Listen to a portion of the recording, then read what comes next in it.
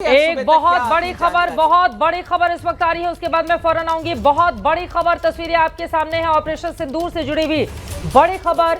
Rafale ने scalp missile का इस्तेमाल किया। हमारे राफेल ने स्कैल्प मिसाइल का इस्तेमाल किया। हवा से जमीन पर मार करने वाली स्कैल्प मिसाइल का इस्तेमाल करके आतंकवादी ठिकानों को नेस्ता नाबूद कर दिया गया।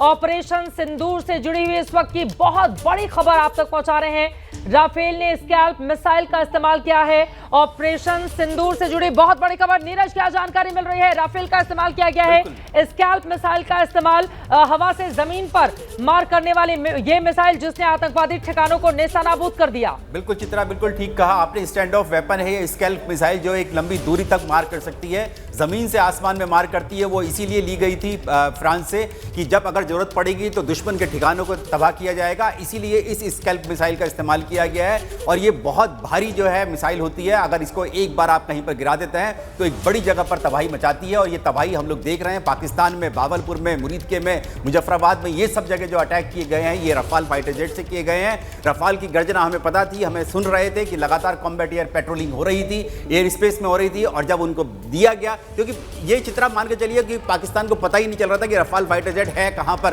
पाकिस्तान की सीमा में घुसकर आ गया था। आधे घंटे तक हमारे रफाल फाइटर जेट रहे, उनको ये जानकारी कानो कान नहीं खबर लगी। और इसीलिए ये बीती रात जो है ये अटैक किया गया, पाकिस्तान के टेरर कैंप्स पर किया गया, टेरर हेडक्वार्टर्स पर किया गया। स्कैल्प मिसाइल का इस्तेमाल किया गया जिसको फ्रांस से भारत ने लिया था रफाल फाइटर जेट्स के साथ। जब डील आपको याद होगी वर्ष 2019 में आए थे रफाल फाइटर जेट्स, तो उनके साथ पूरी की पूरी मिसाइल का एक बेड़ा लिया गया था जिसमें स्कैल्प मिसाइल थी, मीटियोर मिसाइल थी। तो उसी में से स्कैल्प मिसाइल का इस्तेमाल किया गया। स्टैंड ऑफ वेपन है, बड़ी दूर से ही इसको मार करके आप कहीं भी दुश्मन के तबाह कर सकते हैं। और उसी के लिए ये मुरीदके में, बावलपुर में और इनका इस्तेमाल किया गया है, जिसमें कि पाकिस्तान के जितने भी टेरर हेडक्वार्टर्स हैं उन सबको तबाह किया गया है। और मैं सबसे ज्यादा तो दिलचस्प ये है कि वहां की जो पाकिस्तानी मीडिया, जो बड़े बड़े हामिद मीर जैसे पत्रकार हैं, वो कैसे बहुत पुराने वीडियोस का इस्तेमाल करके फेक न्यूज प्रोपेगेंडा क्यों किया जा रहा है। अब मेघा, इस सवाल का जवाब आपसे जानना चाहूंगी।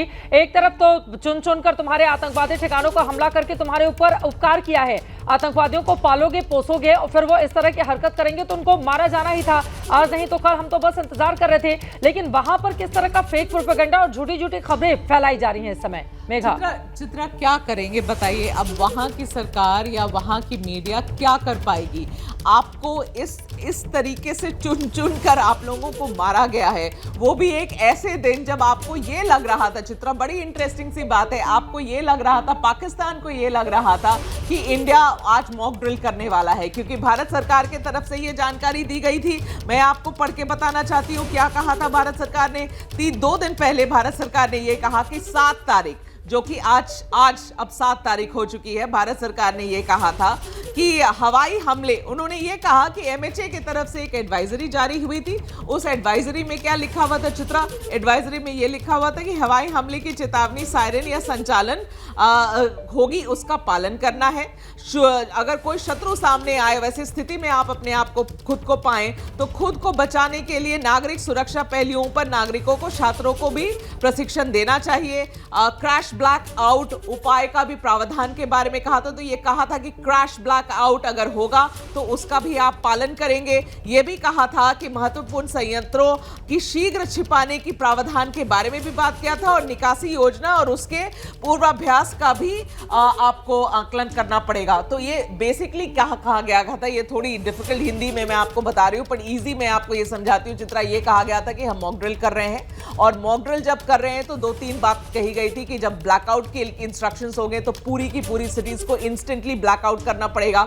यह भी कहा गया था कि जो शरीर से मजबूत हैं, वो लोग जो नौजवान शरीर से मजबूत हैं, जो स्टूडेंट्स हैं, इन सबको प्रशिक्षण देना चाहिए कि अगर ऐसी स्थिति में वो अपने आप को पाएं कि सामने उनके एनिमी है, तो वो अपने आप को भी बचाएं और अपने साथ वाले लोगों को भी बचाएं। तो इस तरीके की मॉक ड्रिल की जो इंस्ट्रक्शंस दी गई थी, crash blackout, normal blackout, instructions to students, ये सारे इंस्ट्रक्शंस जो आए थे सीधे सरकार से आए थे।